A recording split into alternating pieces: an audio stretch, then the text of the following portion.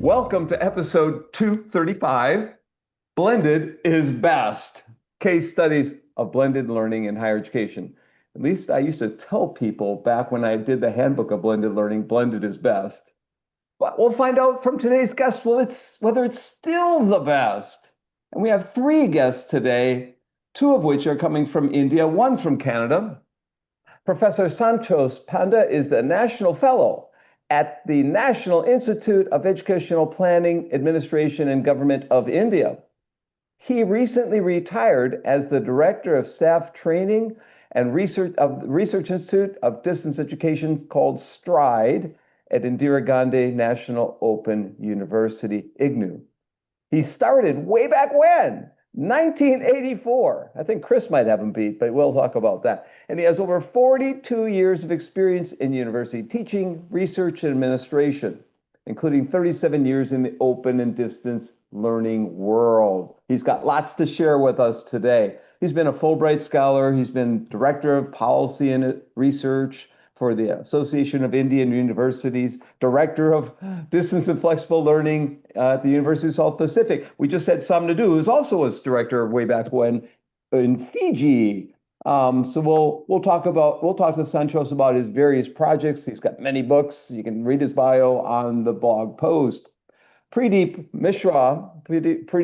Kumar Misra is professor and director of the Center for Policy Research in Higher Education at National Institute of Educational Planning and Administration in New Delhi. He's made many contributions to higher education, EdTech, and teacher education, including a couple of the recent books, Teacher Competencies in the 21st Century, or Teaching Competencies for the 21st Century Teachers, Practical Approaches to Learning, and 2024 with Routledge, as well as Learning and Teaching for Teachers with Springer in 2021. He also is part of the books that we'll be talking about today, case studies in blended learning in higher education, policy planning and quality assurance, case studies on blended learning in higher education, design, development, and delivery. He also has India Higher Education Report 2023, Higher Education Research with Routledge 2025. Let's just say our guests today are very accomplished. The third person we're going to talk about is someone who's been on the show before, back in the early days. Sanjaya Mishra appeared on episode 4 back in April of 2020 in season 1. We are now in season 6. And so, this is episode 235. So we're talking 231 episodes later, he's reappearing. The first time he was on using the Commonwealth of Learning and cool open education resources. So he was talking about what's going on at the Commonwealth of Learning in terms of OER, Open Educational Resources. Sanjay is coming back to us.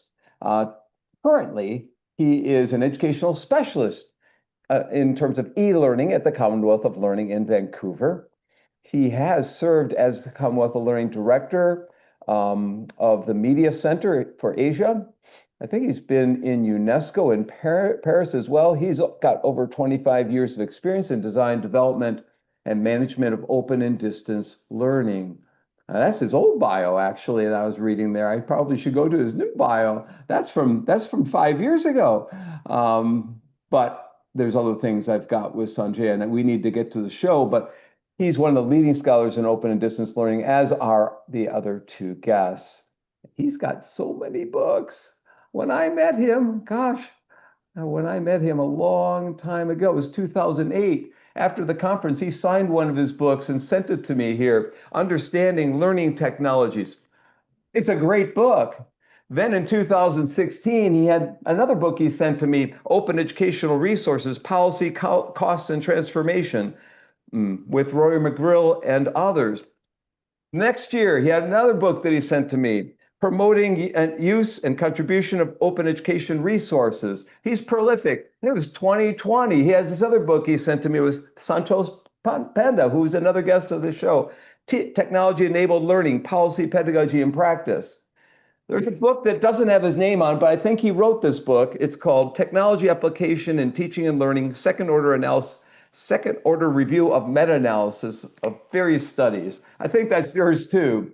That's 2022. Also in 2022, he got me, he he got me to revise my Adding Tech Variety book, and the Commonwealth of Learning has created a new book and a new course on motivating students online. Most recently, he's got a book that everyone should buy. Self-Talk, Musings on Distance Education. Now, I'm saying everyone should buy because it's a free book, right? It's open access. Is that right, Sanjaya? Yes.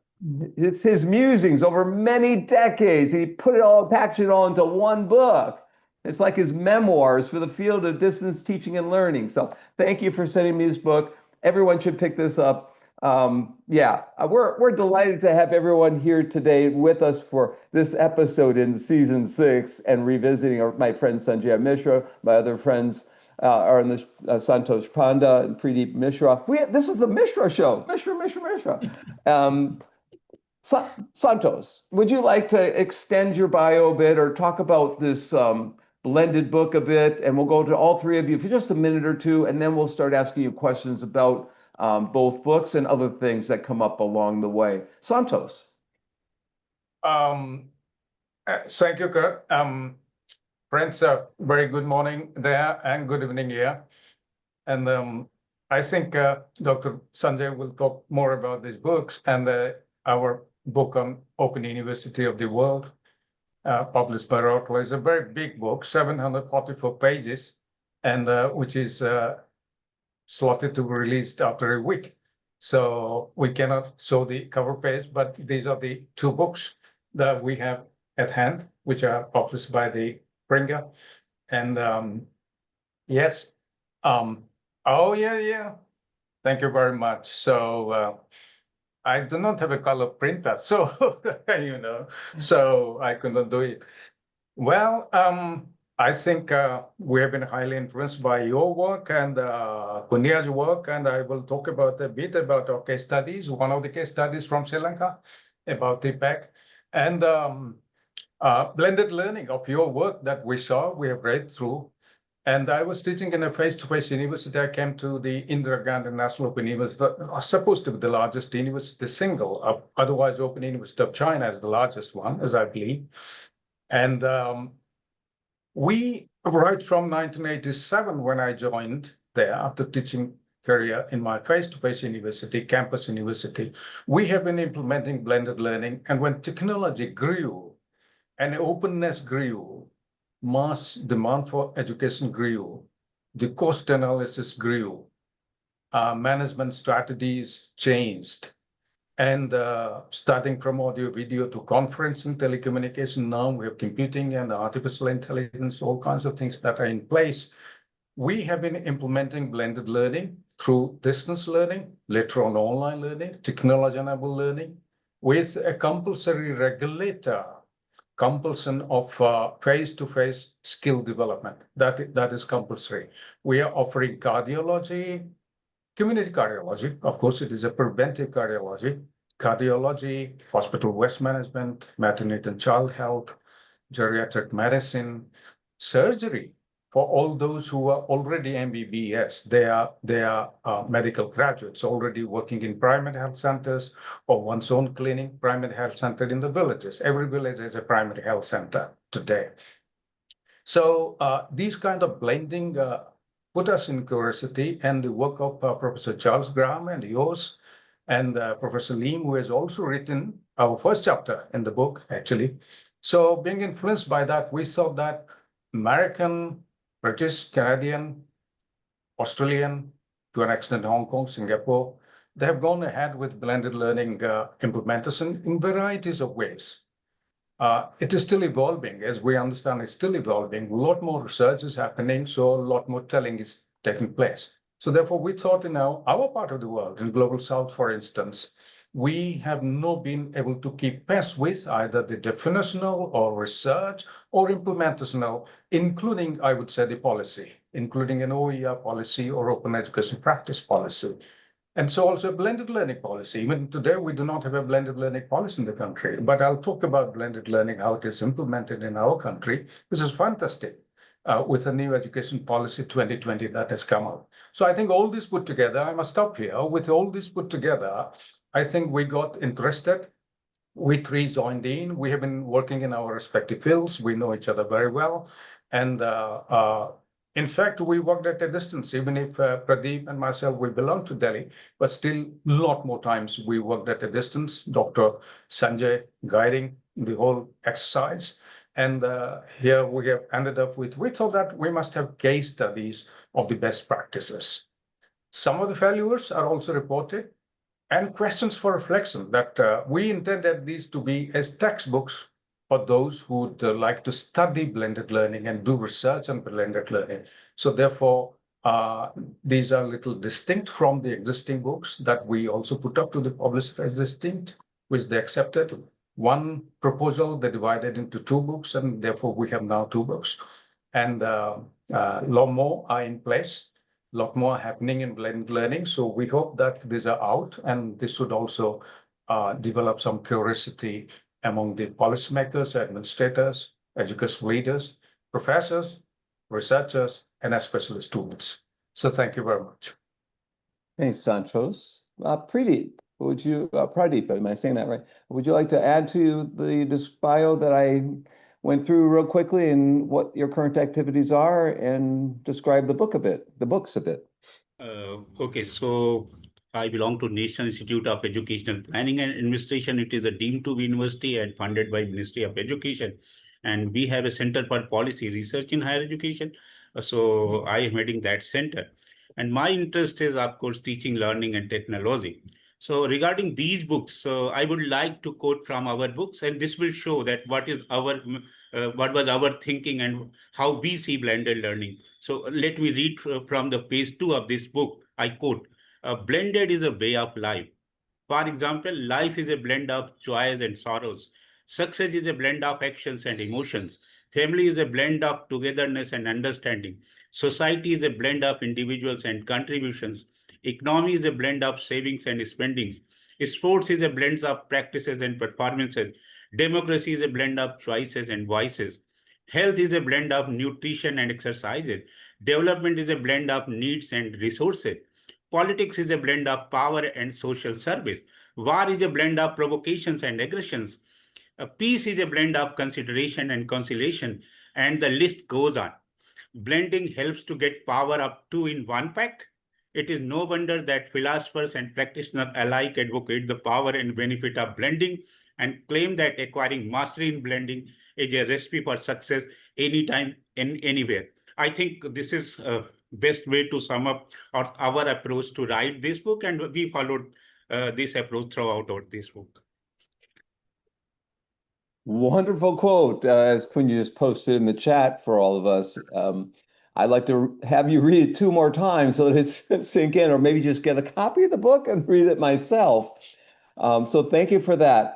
We're going to go to our old friend, our pal, our buddy, who's with us again 5 years plus later, Sanjaya Mishra from Vancouver now on the Commonwealth of Learning. Sanjaya, would you like to add to either what Santosh has said or Pradeep has said, or your observations about the big projects that you've just done? 3 of them, 2 books blended and a new book on handbook of open universities around the world. It's in press, I take it, just about to come out.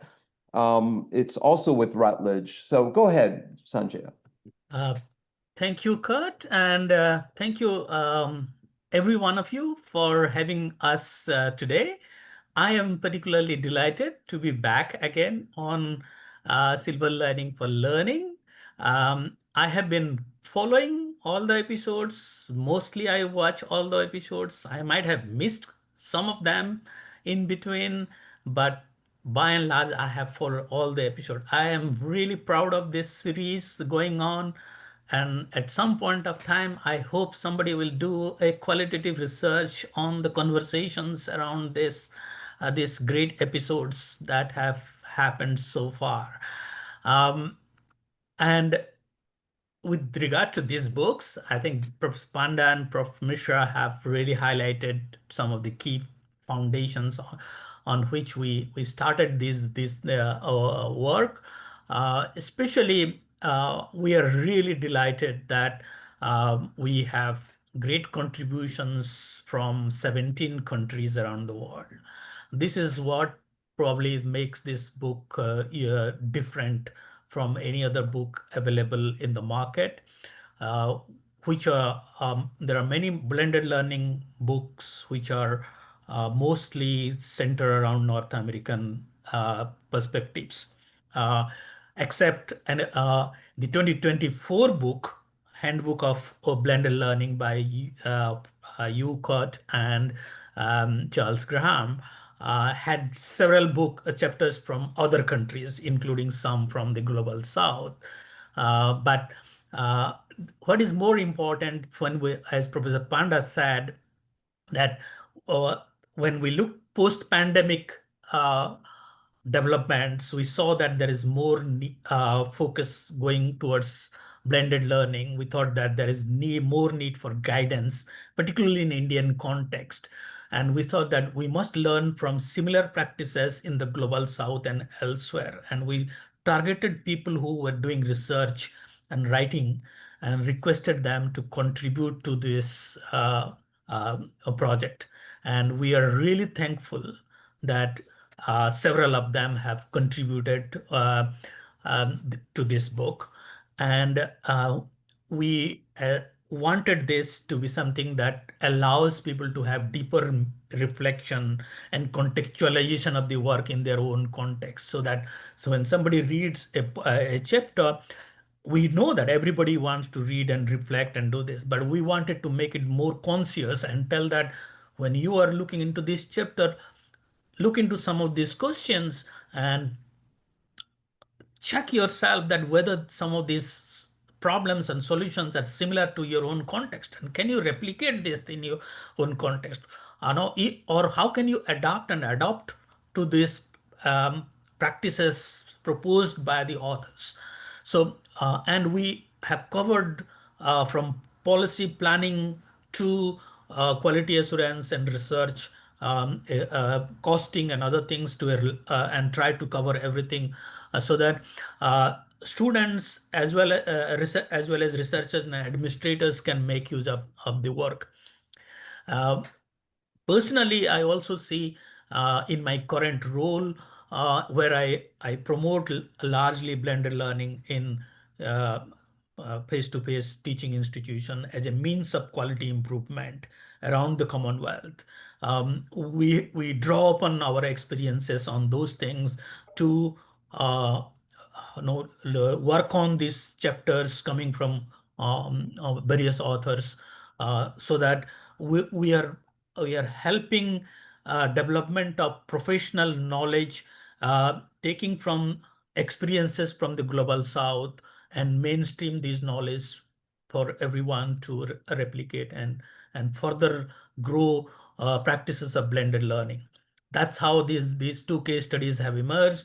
And just a few lines about the Open Universities Around the World book. It has 47 chapters from different universities, plus 10 more critical reflection chapters from key leaders.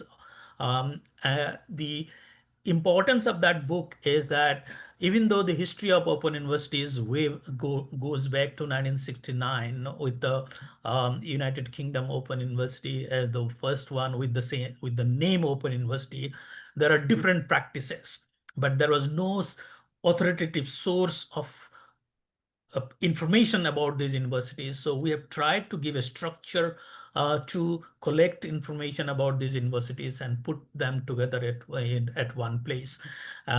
And because of the nature of the contribution and the nature of the experts who have contributed to those chapters, many of them being leaders of their own institutions, we believe that they provide authentic information about these institutions, and researchers and experts in the field will benefit from understanding, having a global perspective about what open universities are doing, how they are changing in the current landscape.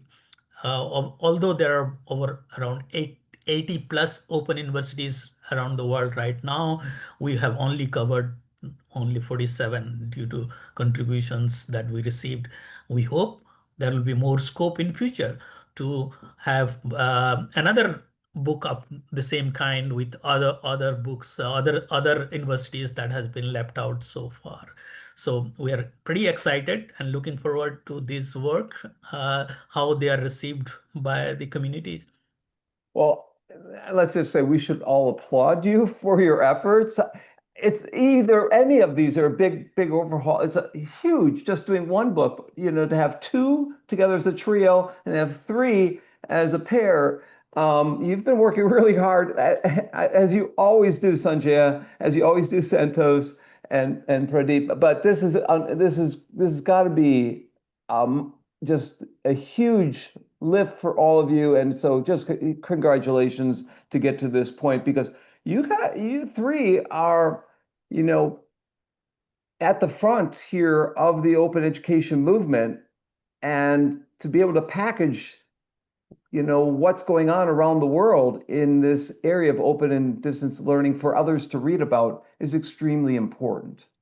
So again, I applaud you for it. Two quick things, Sanjaya. One is, how do you listen or watch Silver Lining for Learning? We're just curious. We hear from people all the time, but how do you,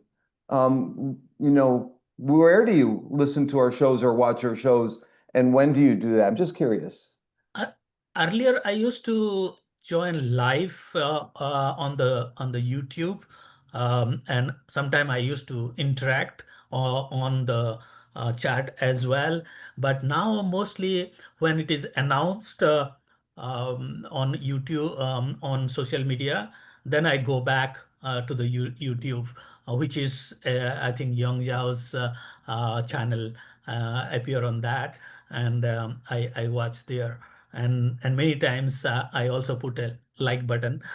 They click on the like button there, but I try to look at that. And this is normally my Sunday activity, because I'm on my taking rest and reading something and watching, sometime watching reels, and but this also often features Okay, so on it's a that. weekend activity. So real quick, Chris has got a question, Lydia's got a question, others will have a question.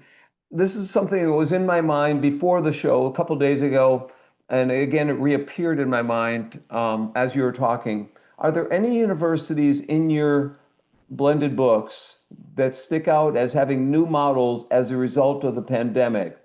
I know in my book, a blended handbook has 39 chapters, and every chapter is a different model.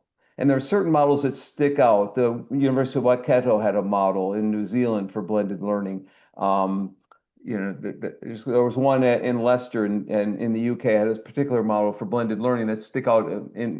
So is there any chapters that people should read to get a sense of new and emerging models of blended learning? If they get your books, what chapters should they open up to immediately to take a look at?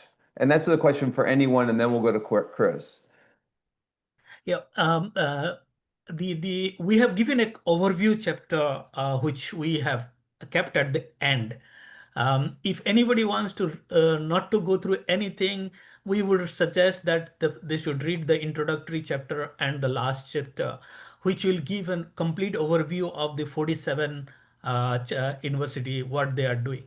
The important thing about that Open University book is that it is based on an openness framework that I worked some time back, and we use the openness framework to understand how open are the open universities.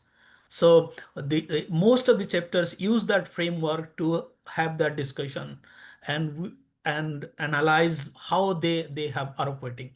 The open universities, as such, they follow the similar pattern model, but each one of them have their own nuances and uniqueness because of cultural aspect, or because of language aspect, because of progress in technology in their own context. So each one of them are unique, and big, some like Open University China, because of numbers and because of the network based approach of several universities.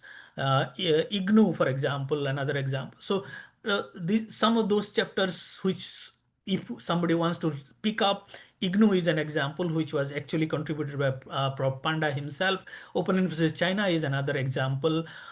Some of the examples from Spain, Athabasca is a great example. So picking up one is difficult. Mhm. We've had the opening of China on the show about 9 months back. Santos or Pradeep, would either one of you Yes. have a chapter to suggest?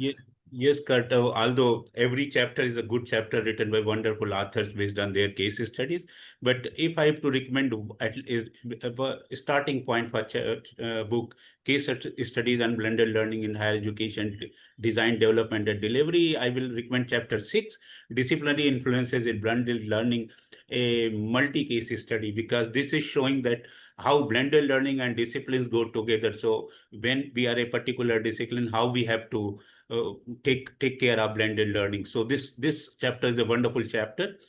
Every chapter is a good chapter, but as you were insisting that suppose you have to recommend one, this will be my pick for the book on design, development, and delivery. Thank you. Santos. You're muted, by the way. So Yep. I think every chapter is a good chapter for us. But then while going through and working on and editing, we realized that some of the chapters are dealing with the post-COVID scenario, taking COVID as a case. And the chapter 4 by Mohammad Khalid and other colleagues from University of Bergen, Norway, which is an excellent chapter where they're talking about how to plan and manage blended learning course module using generative artificial intelligence, which is a very good chapter, I must say. One chapter from Singapore. Singapore has a very well-developed policy of blended learning, technology-enabled learning, but still the contribution by Ganti Viswanathan on institutional policies and practices in Singapore, which is a collaborative, multidisciplinary, she called it interdisciplinary exercise, collaborative exercise across disciplines. That is a chapter which should be of interest to us. And another chapter by Adaptive Inquiry-Based Faculty Development by Lisa Gedak and Leanne Weddington is they are from 171. Canada. They are from Canada. I think the Polytechnic University, if I recall properly.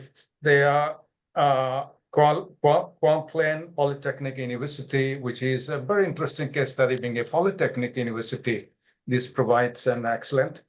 And Tilili from Smart Learning Institute, Beijing Normal University. We have been part of that exercise, which is an excellent review of research of last 60 years, almost 9,000 plus documents and publications being reviewed and collected over there, which is a very interesting chapter, I must say. But I would say that as a reader, not as an editor, that all chapters, they interest me to read. So thank you. yeah, I'll be talking to Ahmed when I see him. Kurt, may I? Yeah. Because as Punya is here, so we have a chapter 9 promoting student engagement and self-directed learning in a blended learning environment, where authors are putting cooperative learning, blended learning together to improve TPAC, technological pedagogical content knowledge. So this is also interesting chapter because Punya is here, so I would like to mention that. If you have added that, if I'm allowed to add, because I reserved that, because I said at the beginning, we will talk about that chapter TPAC and OER, Open Education Practice. This is a very good chapter from Open Education Practice and Blended Learning, Teacher Education Initiative at Open University of Sri Lanka by Shironika Karunanayaka. They have joined together. They've worked extensively with Som Naidu, and they have joined together, if I'm allowed to say at this point of time, constructivist and community of inquiry and TPAC. They have joined together very effectively. That is an interesting chapter, and a lot of references that she has given, published references, which also relate to that chapter and that work that they have done. It's a longitudinal study. I think that is very interesting to read from an open education resource, open education practice, technology, and constructivist and community-based inquiry point of view. So that I would consider, from my point of view, as the best chapter of the book. I would not say that because there are other authors who have significantly contributed. Personally, I like that chapter. I reserve that towards them. So thank you. Thank you. Yes, Veronica's a good friend. And I'm glad to hear that. We're going to go to Chris, then Lydia, then probably Punya and Young will have questions. So Chris, take over. So I just want to extend Kurt's question a little by making it more general. When you think about what blended learning was before the pandemic and what blended learning is now, what do you think the pandemic contributed that might not have happened if we hadn't had a pandemic? Well, Dr. Misra is preparing to respond to, so once he finishes, I will. Thank you, Dr. Sanjay. Thank you, Prof. Panda. I think this is very interesting. The nature of blending is probably has not changed a lot, but what has changed is the perception about blended learning in the minds of people. So it has now been taken for granted. For example, use of synchronous video conferencing, for example, is taken for granted as part of the system in many places, and that has become a natural way of looking at into things. It is not being considered as something external kind of thing. So earlier blended learning was more thoughtful way of integrating technologies together.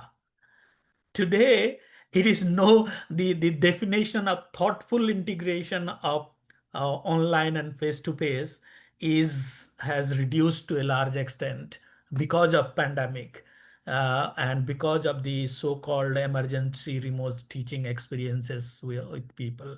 So this is one of the dangers that we saw the way things are happening. And therefore, the need for having a discussion about blended learning and learn from the cases of actual implementation of blended learning from a problem-based perspective and how blended learning was used to solve. So if I have to say a critical change is in the mindset from a thoughtful integration to a automatic taken for granted approach of just doing things in blended learning. Prof. Panda? Well, to take forward what you said, I do agree to that. I think there's a very straightforward question from Chris, where I would share my personal experience rather than the book or the books. I think in our part of the world, especially my part of the world, and as much experience I have moving around more than 30 countries, for instance, largely from Africa and our East Asia, China. I think teachers have taken their teaching and learning more seriously than what was going on in the classroom in the name of lecture, because largely it was lecture-based.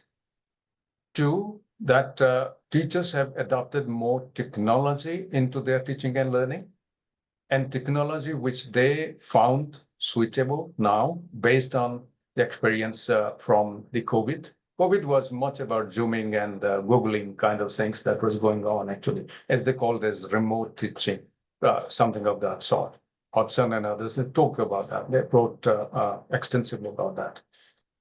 Three, that because of use of this technology, now the classroom teaching learning has also considerably changed. More so that they are now more aware of the pedagogies that are involved in teaching and learning, which technology is most probably inducing them to get into pedagogy, which they should have done without technology per se, but that's what is happening. That's my understanding. And 4 and 5 together, that they are valuing students more important as learner-centered kind of thing that are coming up, depending on disciplinary pedagogies and disciplinary subject teaching. Learners are getting more valued by them today. And based on that, I think the both formative and summative assessment strategies, they are also undergoing significant changes because we have been so far following very traditional assessment strategies, which is undergoing transformation, which COVID did a little bit, and post-COVID, because blended learning knowingly, unknowingly, willingly or unwillingly has got into the classroom.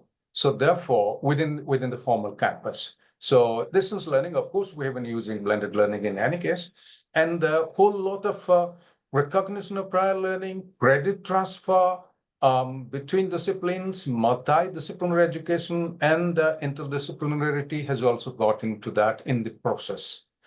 All the teachers, most of the teachers, I'm not pretty sure, or a few teachers, I'm not pretty sure, because we do not have data or research study, but this is my understanding that things have gradually changed, but not changed as much as we would expect as researchers or professors that this would change, but it has changed, I must say.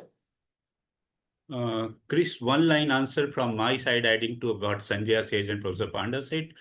Before pandemic, we were preachers of blended learning. Now we are becoming practitioners of blended learning.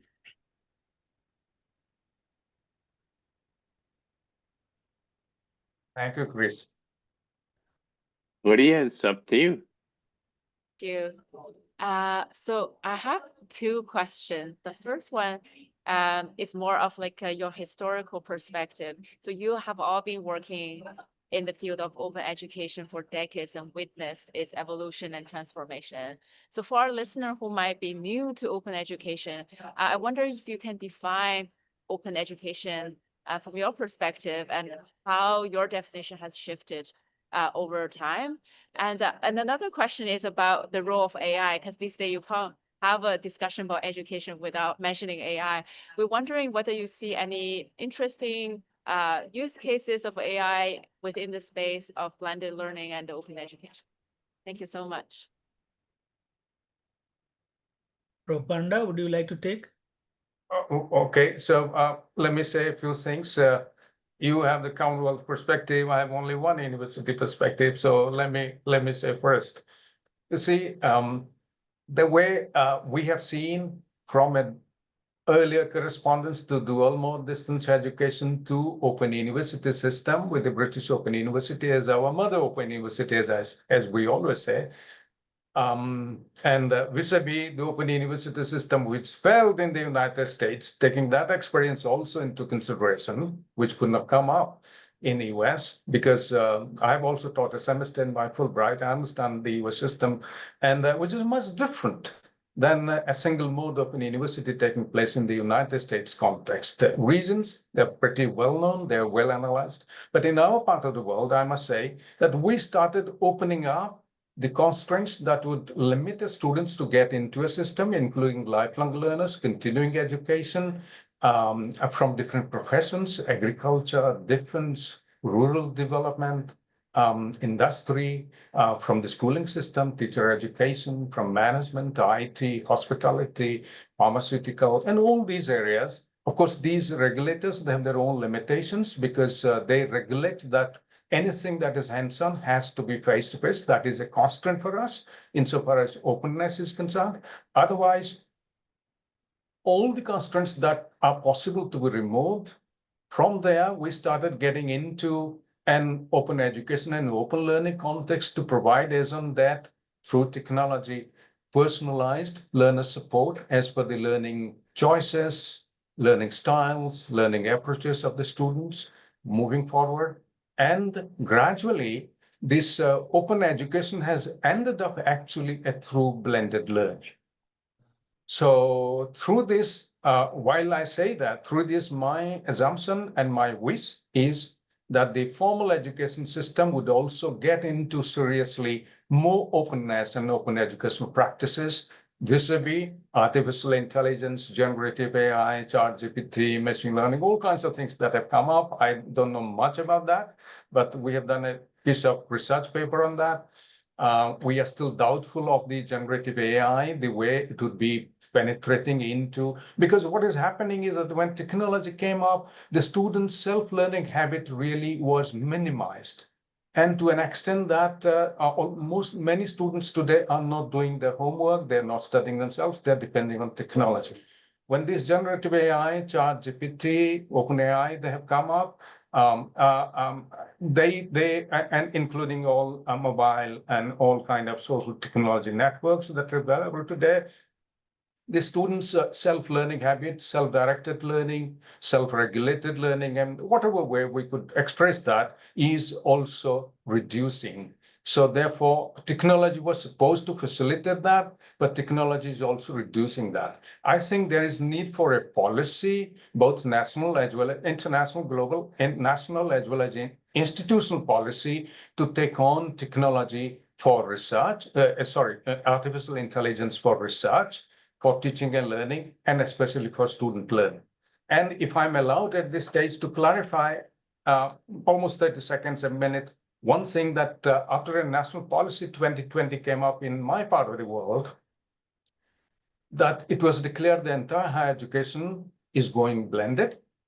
Up to 40% of the student credit hours that can be taken from any of the three sources, another college or university, or through a national online platform. We call it a SWAYAM platform, national online platform, available across professional education, medical education, IT education, social science, languages, open university and distance education. And three, they can also take from distance and online learning, up to 40% credit. And that 40% could also include the open education resources, provided they are declared under Creative Commons. So meaning thereby, on the one hand, there is a flexibility in credit accumulation and credit transfer and credit redemption. Second, that there is a possibility, no possibility, there is a regulation that there would be credit transfer between general and vocational education, including polytechnics, and we have now almost 20 plus skills universities, exclusive skills universities in the country. There will be credit transfer, both horizontal, vertical. This is second. And number three, that recognition of prior learning, which is the most important thing. In our book, we have only one chapter by Professor Satu from Finland. So she could not, because in Finland, recognition of prior or accreditation prior learning is very different than what we understand as recognition of prior learning. Starting from an agricultural laborer who would like to continue studies in agriculture, we would also recognize up to 40% of the credit. In Open University, we have done up to 50%. For instance, that our Agnibir program, that the defense personnel who are joining fresh, the Army, Navy, Air Force, and the border security force, up to 50% of their credits that we will transfer as vocational education hands-on training, and 50% will be provided and they award the degree. Similarly, the industrial training institutes and polytechnics, up to 50% credits we can also transfer.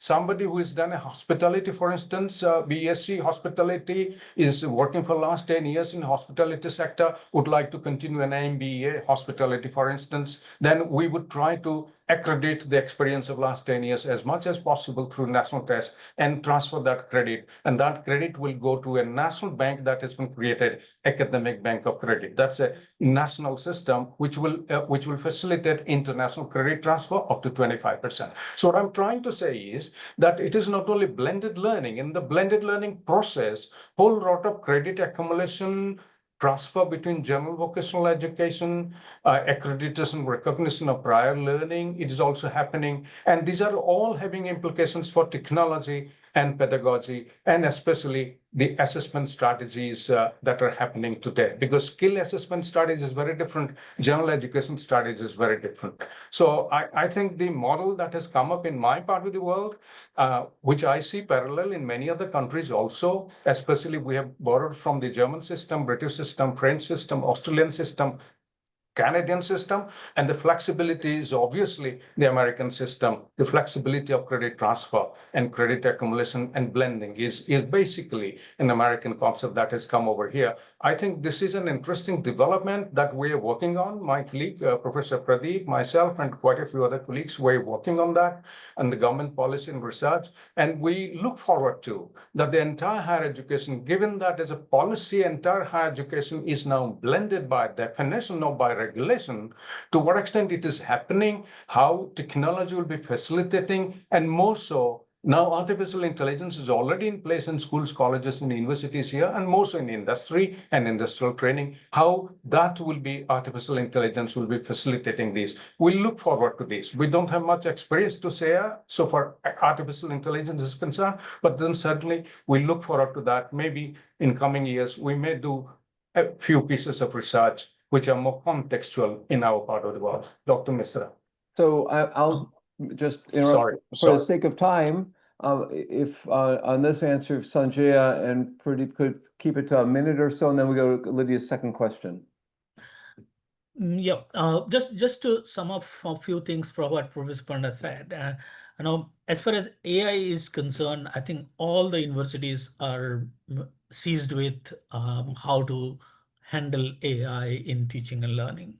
It has already probably changed the teaching and learning scenario in many universities, and it is every university had to do something, and they are doing it.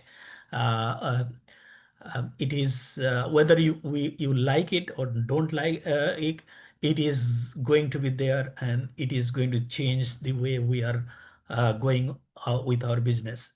Business as usual will not happen. So that's what, and the case, one of the chapters in the blended learning book talks about how AI, generative AI can be integrated in blended learning and teaching context. Coming to the historical perspective of open education, one of the things that I want to emphasize is that the concept of open education or concept of open as such is changing.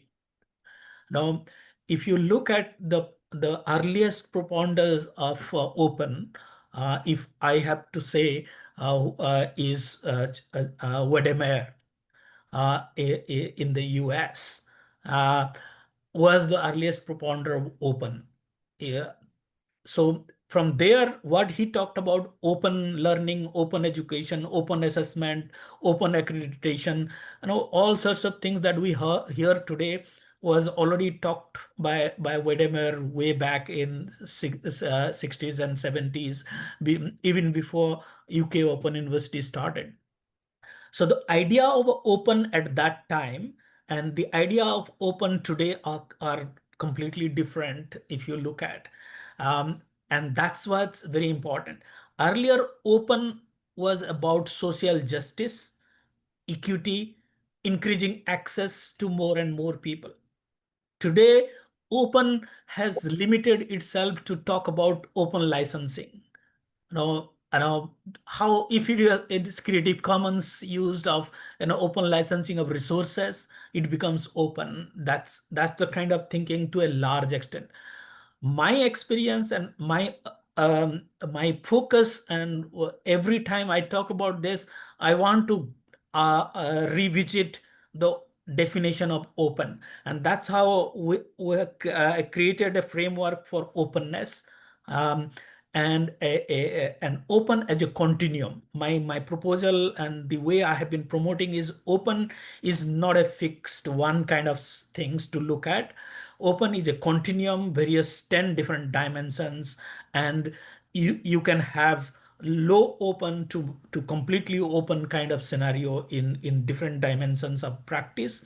Even an open university, a open university is not completely open in that context. The name is there, but it's not open in the fullest dimensions or on all its dimensions. So the conception of understanding about open is changing over time, And that's where something very fundamentally, as educational technologists, as promoter of open education, we must focus on preaching and talking about the openness of education, providing increasing access to people, and focusing on the core value of open, which is equity and social justice. So yeah, I think Kyung-Mi Lee, who's now at Seoul National University, wrote a nice piece on this in IRODL a couple of years ago. I will see her next month in Seoul. I'll talk to her about it. If she's got an update, I'll share it with you. Lydia, would you like to ask your second question? I know they've answered it already, but at least mention what it was. Oh, my second question was interesting use cases that I've seen, use case of AI in the context of open education, and I think our guests already answered them. And I really find the notion of openness on the continuum across different dimensions really interesting. Because like in our mind, openness is university or open education one concept, but it seems that there's so much nuances and complexity within the concept. So I really appreciate that.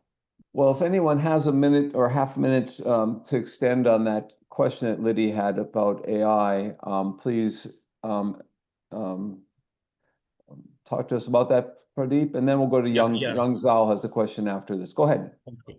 So a very quick reply as Professor Panda and Dr. Mishra detailed. So regarding open and AI, we can say the shift is now from teacher-centric learning to student-centric learning, and now we are focusing more on flexible learning pathways. So rather than what type of system you are promoting, the focus is on learners, flexible learning pathways, and National Education Policy 2020 brings a lot of dimensions to it. And I see AI and open education as a tool to promote flexible learning pathways. So this I would like to add. Okay, we go to Young now for a question. Young. Well, thank you. It's quite impressive. You guys can deal with so many opens, that's very impressive. I was in one book, it got so many 47 opens. It's amazing. So that's why Santosh, when you guys talk about definition was kind of interesting. I just had an article published yesterday, the day before something. So I went crazy in this article, really trying to say how meritocracy is wrong. And this goes to Sanjaya. You were talking a lot about equity, about how Open University is trying to really redefine equity, providing access. And now, we have Chris here. Harvard is the highest. Harvard is under a lot of trouble. I mean, it's not only Harvard, a lot of the traditional ones. So I was just wondering. I mean, we don't have enough time. If we had enough time, we can kind of change this into a whole episode. Is the idea that first of all, why do we still have so many open universities if they can reach so many people, right? We should just have one, open university. And that's not a real genuine question. But my real question is, do you think in the future, with Lydia's question, with AI, could students develop their own majors, their own certificate, their own graduation programs? Because right now, most open universities, when I was joking about, we have one big university, but we're still customizing, developing programs so people can choose what to do, transfer credits. But I was wondering, do you see any sign, any possibility that we would allow people to define their own majors or own certificates, Thank you, Yang Zhao, for this link. I just downloaded it to be my reading, Sunday reading. Thank you very much. But I think the title is very exciting of this, and the kind of things that you are talking about, particularly the whole open university concept is based on challenging the notion of meritocracy. What happens in the top colleges is that you retain the best talent and give them certain input, and then you say them the best. The open universities or open education systems bring in the people in the lowest level and provide them inputs and education and make them the best. So the transformational change and input happen in open universities is is much more bigger than the transformational change happen in the top rung in colleges and universities. So that's one of the things that I can quickly remark looking in the title of your article. But I would definitely delve into your article. Your question, coming to your question, I think we are alluding towards those kind of scenario in open education where, and we have actually been talking about that kind of flexibility with the recognition of prior learning. Students can also create their own curricula. Some of the practices in open universities are already indicating towards such possibilities. Today, students can choose from a range of courses and programs from their own institution or even from other institutions to package a program of study and earn certain credits to get a graduate certificates. Tomorrow it should be possible with technologies and experiences that they can tell that, oh yeah, this is what we can do. Actually, I have written something about this for a special issue of a journal that will probably publish towards the end of the year, talking about, we are already doing some of those practices that for doctoral programs, you have a publication track record, you come and submit your publications and tell this is what I want a doctoral degree.